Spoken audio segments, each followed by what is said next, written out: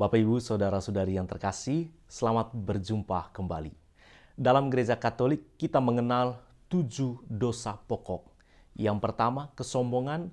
Yang kedua, ketamakan. Yang ketiga, kedengkian. Yang keempat, kemurkaan. Yang kelima, percabulan. Yang keenam, kerakusan. Dan yang ketujuh, kelambanan atau kejemuan.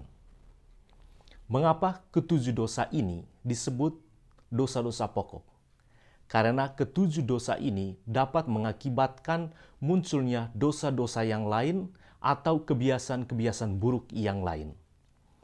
Dan salah satu dosa pokok yang diangkat oleh Tuhan kita Yesus Kristus dalam Injil pada hari ini adalah ketamakan. Berjaga-jagalah dan waspadalah terhadap segala ketamakan, kata Yesus. Walaupun seorang berlimpah-limpah hartanya, hidupnya tidaklah tergantung dari kekayaannya itu, tegas Tuhan kita Yesus Kristus. Atas dasar itu, dalam permenungan kali ini, saya mengajak kita semua untuk sedikit merenungkan dua hal seputar ketamakan. Yang pertama, ketamakan dapat membuat kita mengabaikan Allah yang menyebabkan segalanya ada, lalu kita berfokus pada diri sendiri dan juga pada harta. Coba kita renungkan bagaimana perasaan Yesus ketika salah seorang dari kerumunan banyak orang yang sebelumnya mendengarkan pengajaran Yesus, tetapi hati, pikirannya terfokus pada warisan, pada harta. Guru, katakanlah kepada saudaraku, supaya ia berbagi warisan dengan aku, kata orang itu.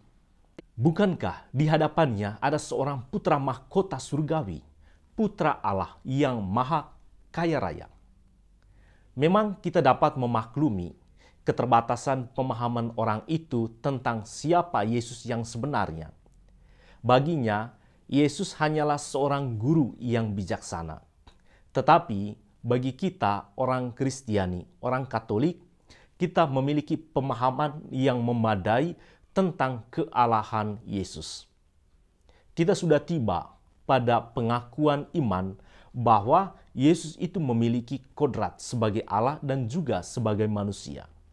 Namun apakah dalam perayaan Ekaristi kita telah mengarahkan hati kita kepadanya, ataukah hati kita masih terarah kepada diri sendiri dan juga kepada harta kita?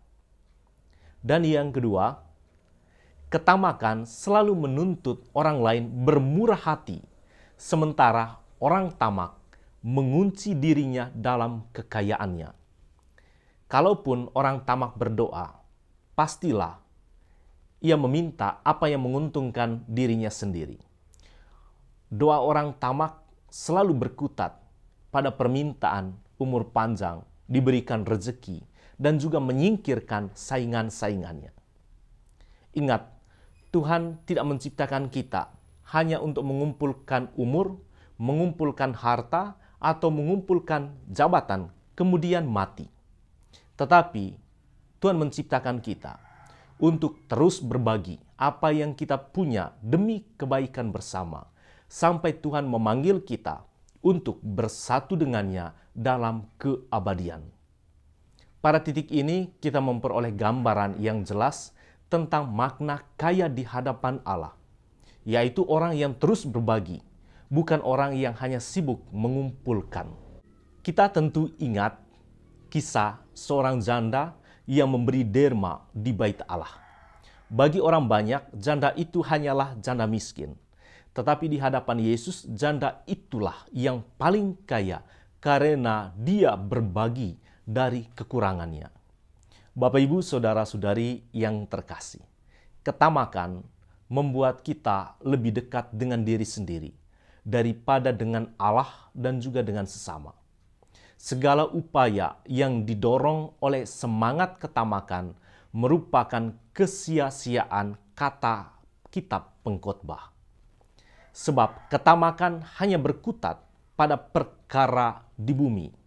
Oleh sebab itu, Rasul Paulus mengajak Anda dan juga saya untuk mencari perkara di atas di mana Kristus berada. dan jalan menuju perkara di atas hanya dengan cara melepaskan ketamakan, serta merangkul Allah sebagai Bapa dan sesama sebagai saudara tanpa menuntut apapun, sebab musuh terberat dari ketamakan adalah kasih tanpa syarat. Tuhan memberkati kita semua.